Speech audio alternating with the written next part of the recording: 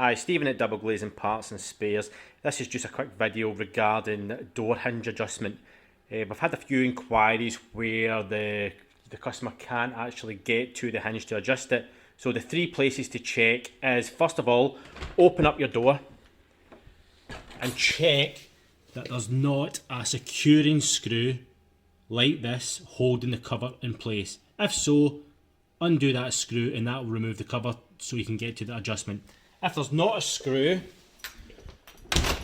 first of all try a putty knife in at the front edge of the plate and prise it up and off, and it should open up. If that fails, it could be from the opposite side.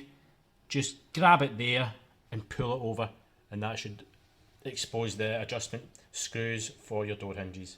Hope that helps someone. Thanks.